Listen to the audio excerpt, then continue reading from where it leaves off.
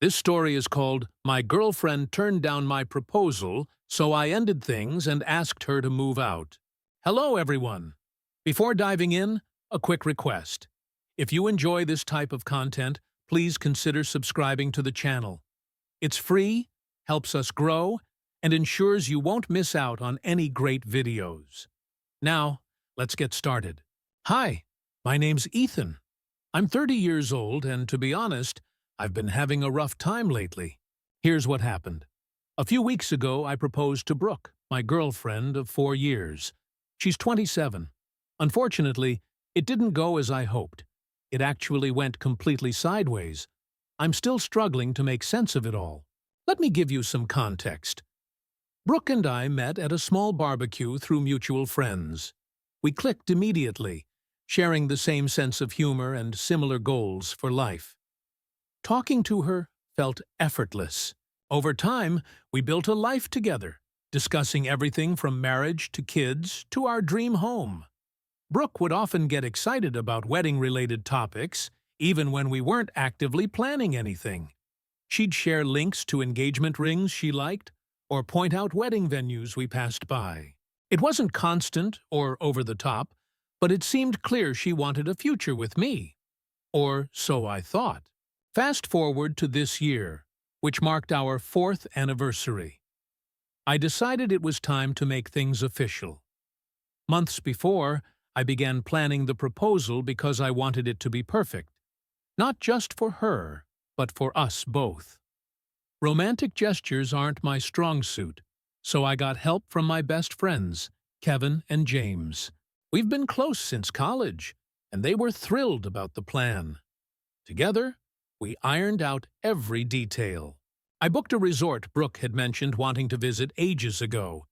It was a bit expensive, but I thought it was worth the splurge. Kevin and James helped me pick out the ring, classic and simple, since Brooke doesn't like anything too flashy.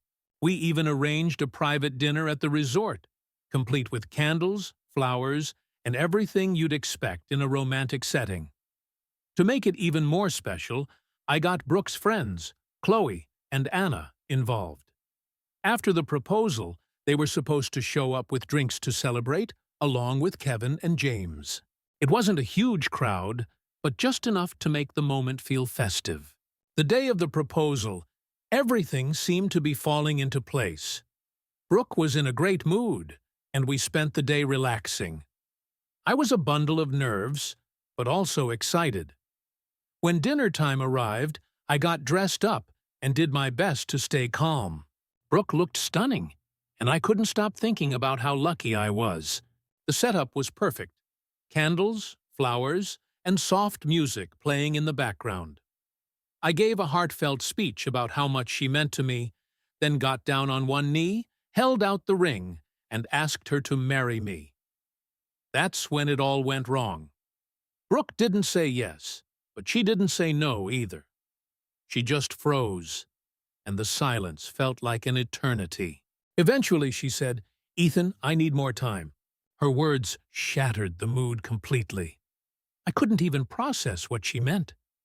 Everyone was there, her friends, my friends, and I could feel their eyes on us. I was embarrassed, confused, and hurt. Brooke started apologizing right away, saying she wasn't rejecting me but just wasn't ready yet. At that point, I wasn't really listening. I was too focused on keeping it together and not breaking down in front of everyone. Kevin and James tried to lighten the mood with jokes, but it didn't help. Chloe and Anna looked just as uncomfortable as I felt. Brooke kept apologizing, and I kept nodding like everything was fine, though inside, I was falling apart.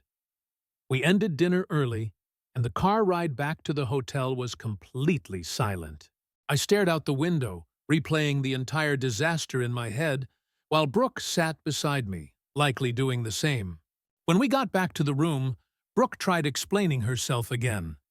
She said she needed more time to think, that it wasn't about me, and that she wasn't in the right mindset for such a big decision. But none of it made sense to me. We'd been talking about marriage for years. She knew I was serious about her, And she had always acted like she was serious about me, too. I finally asked her, "Do you even want to marry me?" She said yes, but added that she wasn't ready to say yes right now. That answer felt like a slap in the face. To me, it seemed simple. You either want to marry someone or you don't. It shouldn't be complicated. The rest of the trip was tense. We barely spoke, and I felt humiliated. Not just for myself, but for involving our friends.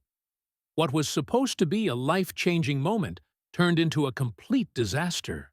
When we got back home, things didn't improve. I couldn't stop replaying everything in my mind. Was it my fault? Did I rush things? Did I miss signs that she wasn't ready? I overanalyzed every aspect of our relationship, searching for answers. Meanwhile, Brooke acted like nothing had happened. She'd bring me coffee, ask about my day, and make small talk, but it all felt forced. Eventually, I reached out to my sister, Jenna. She's the straightforward one in the family, always telling you what you need to hear, not just what you want to hear. If anyone could give me clarity, it was her. Little did I know, she was about to complicate things even more. When I called Jenna, I wasn't sure how to start. It felt humiliating to admit what had happened, like I had failed. But she immediately sensed something was wrong. "What's going on?" she asked, skipping the small talk. I explained everything. The proposal, Brooke's reaction, the silence in the car, and the awkwardness since we got back. By the time I finished, I was pacing around my apartment, my heart racing as if it had just happened all over again. There was a long pause on Jenna's end. I braced myself for her to say I was overreacting. Instead, she said, "Ethan, I don't want to alarm you, but what Brooke did, that's a red flag." I froze. "What do you mean?" She sighed. "Look, when someone hesitates on a proposal, it's usually not just nerves. There's something deeper. Either they're unsure about you, or there's someone else in the picture." My stomach sank. "Someone else? Are you serious?" "I'm not saying she's cheating," Jenna clarified. "But think about it. You've been together 4 years, Ethan. She knew this was coming. It wasn't a surprise. And if she's not ready now, then what exactly is she waiting for?" Her words hit harder than I wanted to admit. I didn't want to believe Brooke could be hiding something, but Jenna's logic was hard to ignore. Brooke and I had always seemed solid. Or so I thought. I believed we were solid, but now I was second-guessing everything. "Maybe I rushed it," I said, attempting to defend Brooke, or maybe myself. Maybe she really does just need more time to process. "Ethan, come on," Jenna replied, her tone firm. "Do you actually believe that? You've been hinting at this for months. You even planned an entire trip just to propose. If she wasn't ready, she should have told you before you got down on one knee in front of all those people." Jenna had a point. Brooke had always been upfront with me about what she wanted. Or at least she used to be. Lately, though, things had started to feel different. I began telling Jenna about the little things that had been bothering me. How Brooke had been staying late at work more often, how she was spending more time out with her friends, and how her phone was constantly on silent. At the time, I hadn't thought much of it because I trusted her. But with Jenna's words echoing in my mind, it all seemed suspicious. "Ethan, I hate to say this, but this sounds like classic girl behavior," Jenna said. "Girl behavior?" I asked, confused. "It's when a girl hesitates because she's keeping her options open," she explained. "She's not ready to commit to you because she's not sure you're the only one she wants." I didn't know how to respond.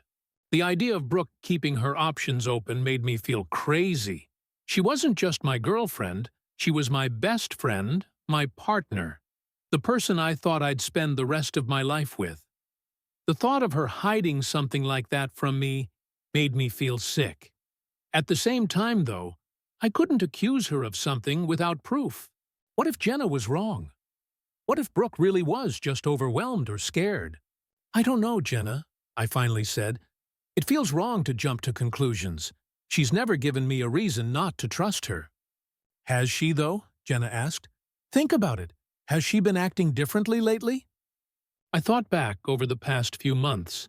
The late nights, the weekends spent away, the way she kept her phone so guarded. Looking at it now, it all seemed obvious. But at the time, I'd brushed it off. I trusted Brooke. I loved her deeply. I didn't want to believe she could hurt me like that. Maybe, I admitted. But what am I supposed to do? Go through her phone? Spy on her? That feels ridiculous. No, Jenna said firmly. That's not who you are, and it's not who you want to be. But you do need to stay alert, Ethan. If something's going on, she'll slip up eventually. I didn't want to hear it. I wanted Jenna to tell me I was overthinking everything, that Brooke just needed time and everything would work out. But deep down, I knew Jenna was right. Something wasn't adding up, and I couldn't ignore it anymore. After our call, I sat on the couch staring at the ring I'd bought for Brooke. It was still sitting untouched in its velvet box, just as it had been since the night at the resort. I couldn't believe I had genuinely thought everything was fine, when it clearly wasn't. What made it worse was how Brooke started watching me, like she was trying to figure out my mood or guess what I was thinking. Whenever we were in the same room, I could feel her eyes on me. Sometimes she'd ask if I was okay, but it never felt casual. It always seemed like she was fishing for reassurance. At first, I barely responded. I was too upset and confused to talk about it. But the more she kept trying to read me, the more irritated I became. It wasn't just the questions. It was the way she asked them. Like she already knew she'd hurt me and was trying to ease her own guilt. She'd drop little, almost apologetic comments like, "You've been quiet lately," or, "I feel like we haven't talked much." Once, she even said, "I hate that things feel off between us." I didn't know how to respond. Things didn't feel off. They were off. The fact that she kept avoiding the real issue instead of addressing it outright only made it worse. It felt like she wanted me to fix something she had broken. The next few days were brutal. Brooke acted like nothing was wrong, like everything was fine. But I couldn't stop dissecting her every word and action. When she went out with her friends, I wondered if she was really with them. When she came home late from work, I questioned whether she'd really been at the office. I hated myself for thinking that way. Brooke had always been so kind and supportive. But now, every time I looked at her, I felt doubt. The worst part was not knowing. Not knowing if Jenna was right. Not knowing if Brooke was hiding something. And not knowing if I'd ever be able to trust her again. I felt stuck. Trapped in this limbo, where nothing made sense anymore. I loved Brooke, but I couldn't shake the feeling that something was wrong. That awful uncertainty was eating away at me. So tell me, what would you do if you were in my position? Thank you for all the comments. I didn't expect this to blow up. Here's what's happened since my last post. A few days after my conversation with Jenna, I couldn't stop replaying her words in my head. Girl behavior sounded like some kind of made-up concept, but Jenna wasn't one to toss around baseless ideas. The way she explained it stuck with me like glue. I found myself overanalyzing everything Brooke had done over the past few months. I wasn't proud of it, but I couldn't turn it off. Meanwhile, Brooke acted like nothing had changed. She was still polite, still affectionate in that easygoing way we'd always had. But there was this invisible wall between us now. We didn't talk about the proposal or the trip, and I wasn't about to bring it up. Instead, I started noticing more. She was on her phone more than usual, and whenever I glanced her way, she'd either lock the screen or turn it face down. It didn't feel right. I started paying closer attention to how she hesitated before answering certain questions, how her explanations seemed rushed when I asked about her day. Still, I couldn't be sure of anything. I kept telling myself there were other possible reasons. Maybe she was embarrassed about the proposal. Maybe she was overwhelmed. Maybe I was just paranoid because of what Jenna had said. Then Jenna dropped a bomb. She texted me while I was at work. I was pretending to focus on emails, but really, I was just staring at my screen, lost in thought. The notification popped up. "We need to talk about Brooke." I heard something. My stomach sank. Jenna wasn't the type for drama or vague messages, so I knew this wasn't going to be good. I stepped out of the office and called her immediately. She got straight to the point. "I was talking to a friend, and Brooke's name came up," she said. "Apparently, she's been spending a lot of time with some guy from work. Like, a lot." I didn't respond at first. My mind was racing, trying to piece together clues I hadn't even realized were there. "What does that mean?" I finally asked. Jenna explained that her friend, who worked in a different department at Brooke's company, had noticed Brooke going out to lunch with this guy frequently. On the surface, it didn't seem suspicious, but Jenna's friend thought they looked unusually close. I didn't know how to process this information. Lunch with a coworker didn't have to mean anything. People have lunch with coworkers all the time. But Jenna's friend wasn't the type to exaggerate. She was reliable and honest. I couldn't shake the feeling that this wasn't just a coincidence. That night, I tried to act normal around Brooke, but it felt impossible. Every time her phone buzzed or she mentioned work, my mind went into overdrive. I couldn't stop myself from wondering if she was talking to him, whoever he might be. She mentioned having a late meeting the following day, and instead of nodding along like I usually did, I felt an uneasy tightness in my stomach. Once Brooke went to bed, I stayed up, replaying everything Jenna had shared with me. If I brought it up with Brooke, what could I even say? Something like, "Hey, I heard through my sister's friend that you've been spending time with a guy from work. Anything you want to tell me?" It sounded absurd, like I was desperately trying to piece something together out of nothing, but I couldn't shake the feeling either. The next day, I decided to call Jenna again. I needed more details, more clarity, anything solid that could help me understand. When I asked her for more information, she hesitated at first, clearly unsure about whether sharing more would escalate things. Eventually, she admitted that her friend had spotted Brooke and this guy together at a coffee shop after work. And not just any coffee shop, it was one Brooke and I used to frequent all the time when we first started dating. That hit me harder than I expected. It wasn't direct evidence of anything, but it felt deliberate, like a small fragment of our shared life had been used for something I wasn't part of. I began to question everything. Had I been paying enough attention lately? Should I have been asking more questions? Maybe Jenna's girl code theory wasn't just a random notion. Maybe it explained something I didn't want to face, but couldn't ignore. By the weekend, I felt like I was barely holding it together. Brooke had been distant all week, not in an overt way, but subtly. She still smiled at me, still asked about my day, but there was a kind of detachment in her actions, like she was just going through the motions. On Sunday, Jenna messaged me again. "You need to talk to her. If she's hiding something, she won't admit it unless you confront her." But I wasn't sure how to confront her without overstepping. I didn't want to be the guy accusing his girlfriend without solid proof, yet I couldn't keep pretending everything was fine. I was stuck in a tough spot, but I knew I couldn't avoid making a decision much longer. First, thank you all for your support and advice after my last post. I've spent the past few days processing everything, and I decided to take your advice and talk to Brooke. But let me back up and explain what led up to that conversation. After a few more days of tension since Jenna's text, I reached my breaking point. The atmosphere in our apartment was stifling, and I couldn't keep pretending everything was okay.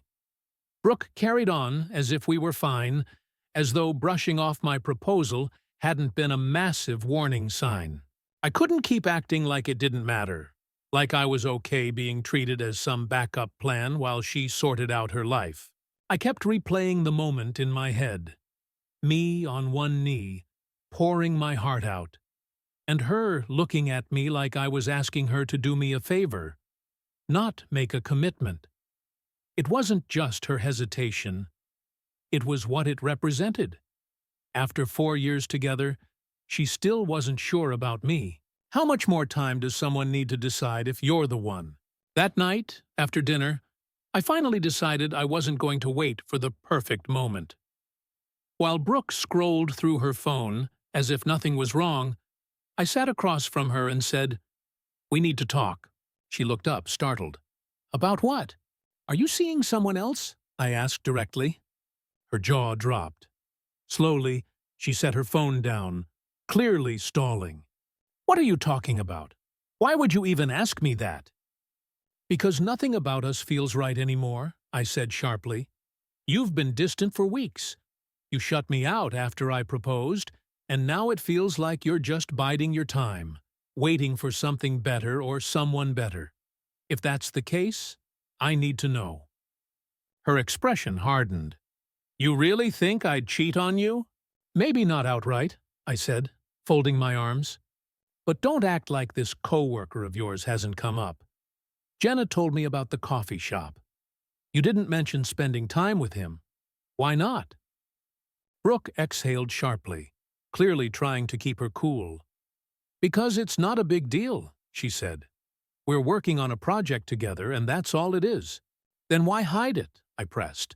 "If it's so innocent, why keep it a secret?" "I wasn't hiding it," she snapped. "I just didn't think you needed to know every little detail about my work life." "That's not the point," I said, raising my voice.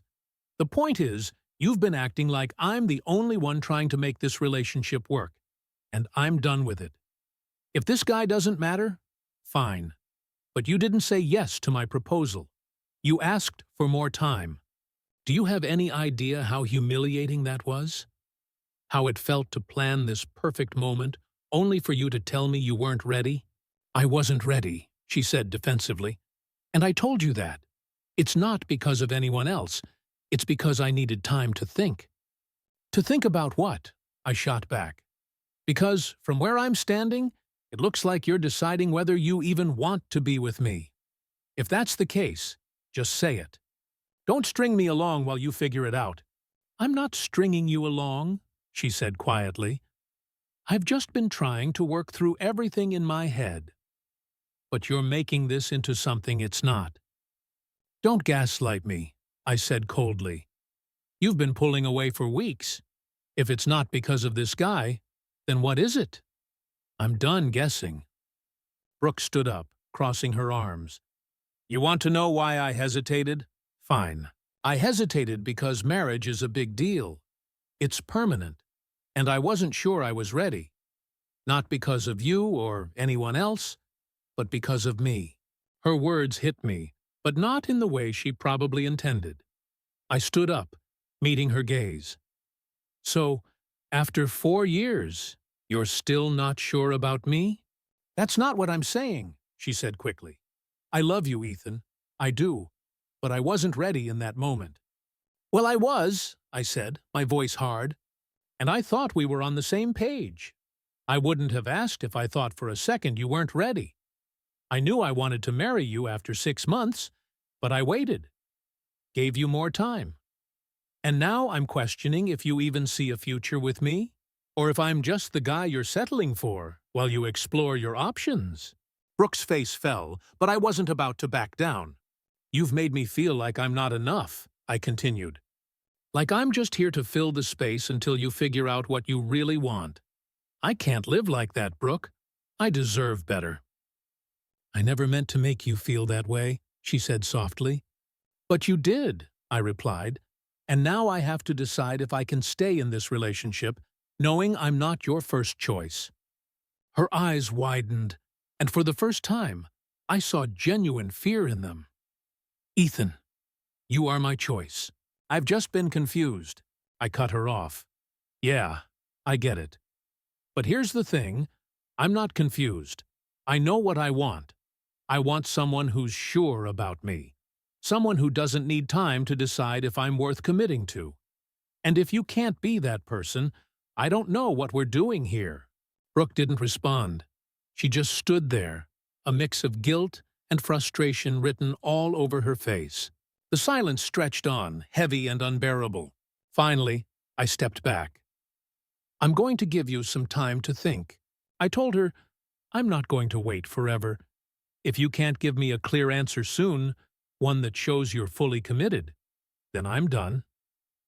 With that, I walked out of the room and headed to the bedroom to gather my thoughts. For the first time in weeks, I felt like I was regaining control of the situation. Whether Brooke stayed or not, I wouldn't allow myself to keep feeling like I was someone's second choice. Whatever was coming next, it was going to be on my terms. Hey everyone, I thought I'd share an update since many of you have been asking what I decided to do. Honestly, I'm not proud of how intense things got, but at the same time, I don't regret saying what needed to be said.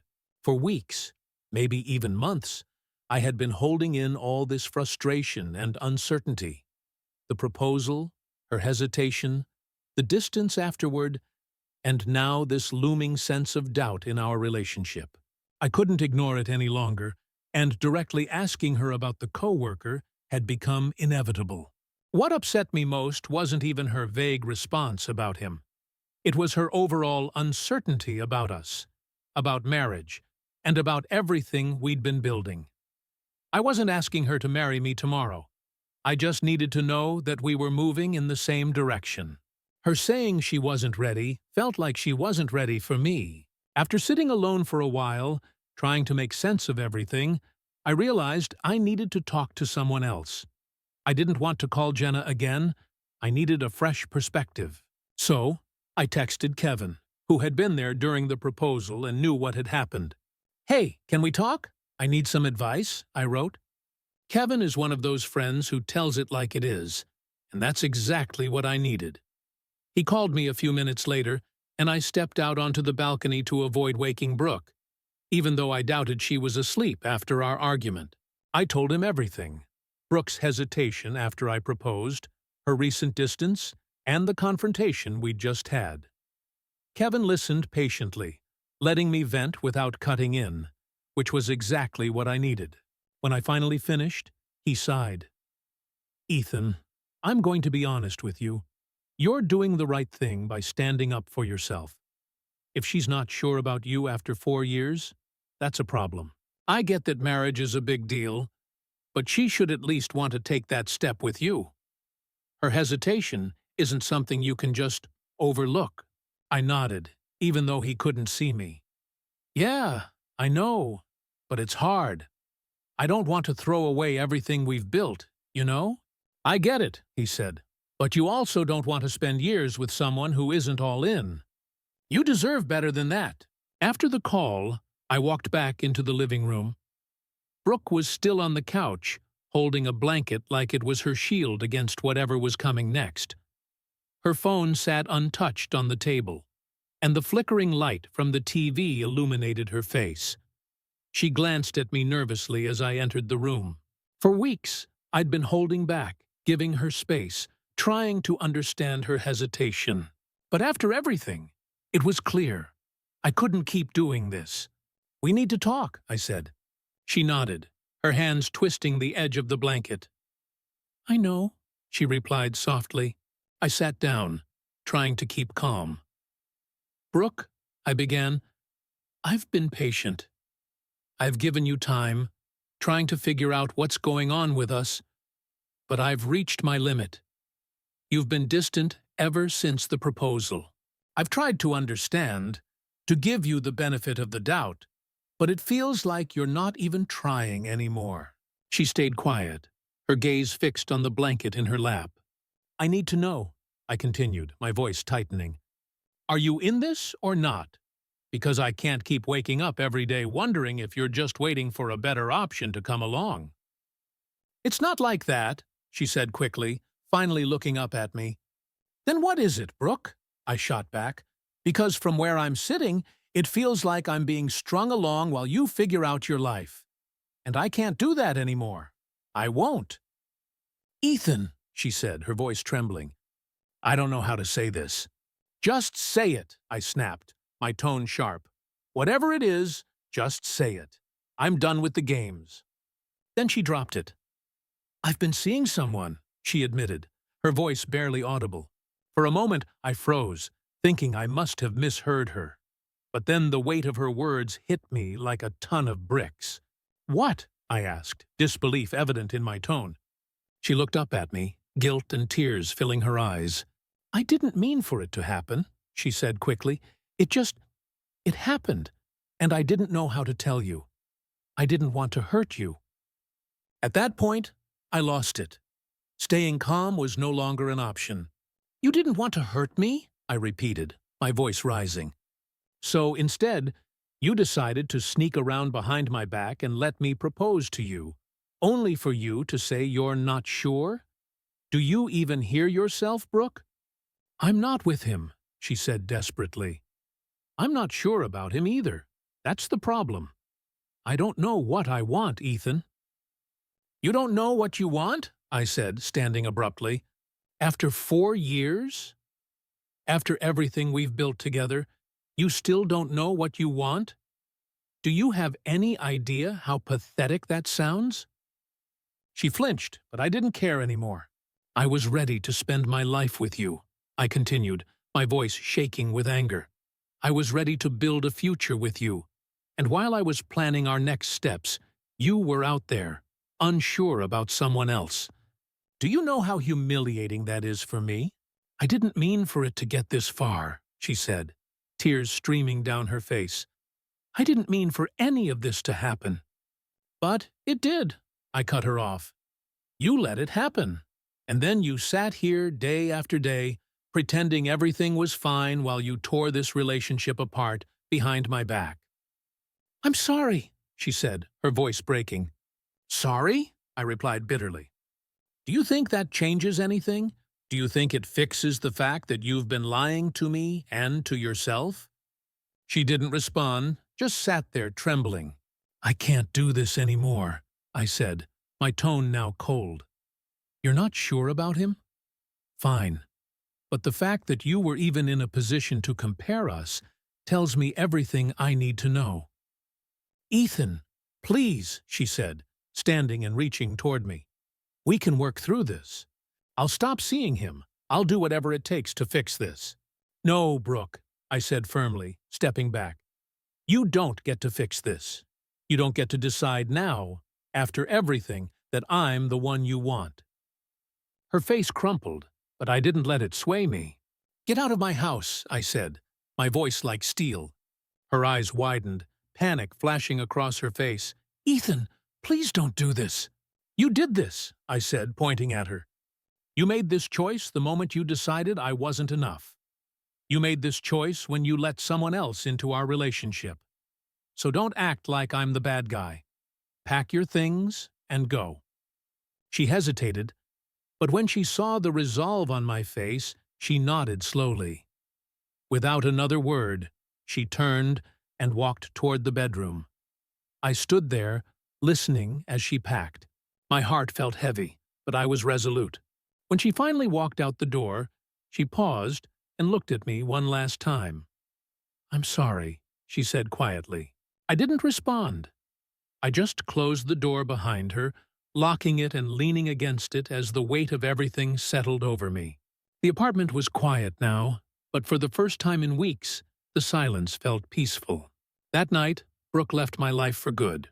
I called Jenna to tell her it wasn't the coworker we'd been debating. It was someone else entirely. I explained everything, including how Brooke had admitted to seeing someone but claimed it wasn't serious. I told Jenna I couldn't stay in a relationship where I was treated like an option. Jenna was shocked but supportive. "You did the right thing," she said. "You deserve better." A few days later, Brooke's sister, Lila, called me. She wanted to know what had happened, so I told her everything. Brooke's hesitation at the proposal, her confession, and my decision to end things. To my surprise, Lila said, "I'm sorry, Ethan. You didn't deserve that. Brooke's been lost lately. But you made the right choice." Since then, I've been focusing on myself. I sold the engagement ring. It felt like holding on to a bad memory. The money's in savings now, a reminder to invest in my future instead of clinging to the past. It hasn't been easy. Some days, I replay everything in my head, wondering if I could have done something differently. But deep down, I know this wasn't about me. Brooke's hesitation and decisions were hers, not a reflection of my worth. I'm not ready to date again yet, but that's okay. For now, I'm focusing on healing and rebuilding. To everyone who's been following my story, thank you. Your advice and support gave me the strength to stand up for myself. If you're in a similar situation, trust your instincts. You deserve someone who's fully committed. No doubts, no hesitation. Letting go is hard, but sometimes it's the only way to move forward. Life isn't perfect, but I'm learning to embrace the uncertainty, one day at a time. Here's to new beginnings.